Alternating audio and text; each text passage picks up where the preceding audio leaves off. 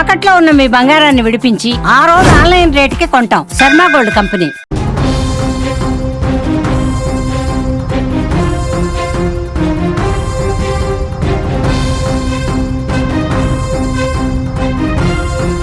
జమ్మూ కాశ్మీర్లో ఉగ్రవాదుల వేట కొనసాగుతోంది. అవంతిపురాలో మరో ఎన్కౌంటర్ జరిగింది. నాదర్, ట్రాల్ ప్రాంతాల్లో భద్రతా బలగాలు ఉగ్రవాదులకు మధ్య ఎదురుకాల్పులు కొనసాగుతున్నాయి. ఈ రోజు ఉదయం టెర్రరిస్టుల కోసం గాలించగా నాదర్, ట్రాల్ ప్రాంతాల్లో ఎదురుపడ్డారు. భద్రతా బలగాలను చూసిన వెంటనే ఉగ్రవాదులు కాల్పులకు తెగబడ్డారు. వెంటనే భద్రతా బలగాలు కూడా ప్రతిగా కాల్పులు జరుపుతున్నాయి. ఇప్పటి వరకు ఓ ఉగ్రవాదిని హతమార్చినట్లుగా తెలుస్తోంది. జైషే మహమ్మద్ ఉగ్రవాదిని భారత దళాలు కాల్చి చంపాయి. మరో ముగ్గురు ఉగ్రవాదులు ఉన్నట్లుగా తెలుస్తోంది. వారిని లేపేసేందుకు కాల్పులు జరుగుతున్నాయి.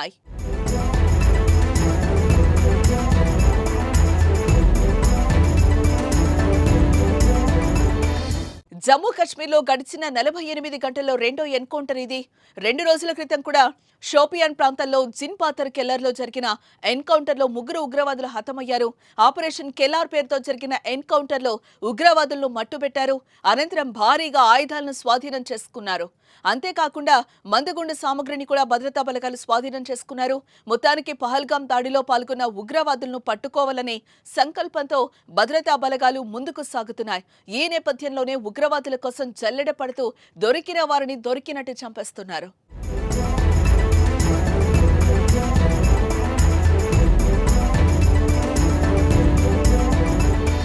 పహల్గాం ఉగ్రదాడి తర్వాత జమ్మూలో ఉగ్రవాదులపై కేంద్రం దృష్టి సారించింది.